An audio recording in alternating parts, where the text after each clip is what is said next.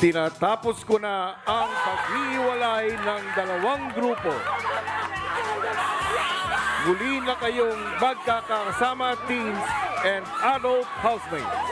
Hindi po matutumbasan na kahit kalaking halaga ho, kuya. Napakasarap po sa feeling ho na makita at mayakap mo ulit yung mga kaibigan mo, kuya.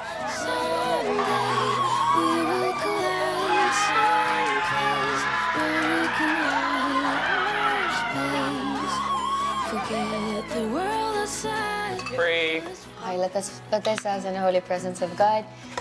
Dear Heavenly Father, we thank you for this time that you have given us. Thank you, dear Lord, for sustaining us for the week, dear Heavenly Father. We just thank you, dear Lord, for the gift of life that you have given us, for the gift of friendship and the gift of love, dear Lord, that we all share together in this house. So we pray. Amen.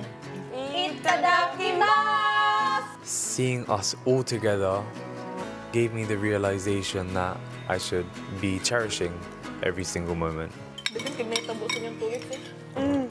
Habulan every day. We're so quiet. We're so quiet. Oo, minsan lang sila nag-iingay. Kaya pag nag-iingay sila, nagugulat na kami.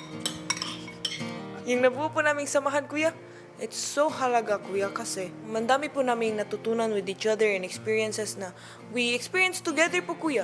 No, JM, I only heard him laugh yesterday.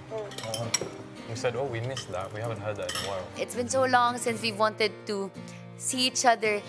Abusin mo na ba? Ito na yung pinaghintay namin after such a long journey.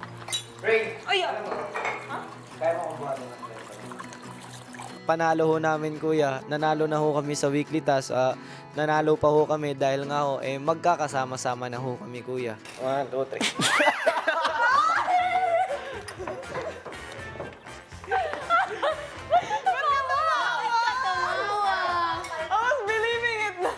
Sobra-sobrang tuwa, kuya. Try na po kami mag-usap, tawanan, magyakap.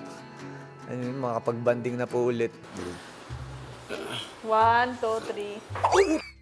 Lakas na! Ito lang.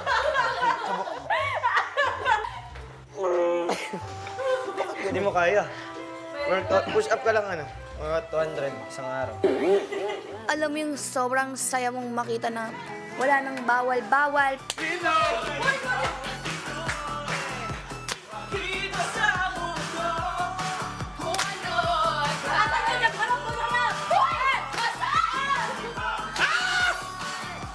Actually, part na talaga sila ng life ko. Kapatid na po ang turing ko po sa kanila, kuya.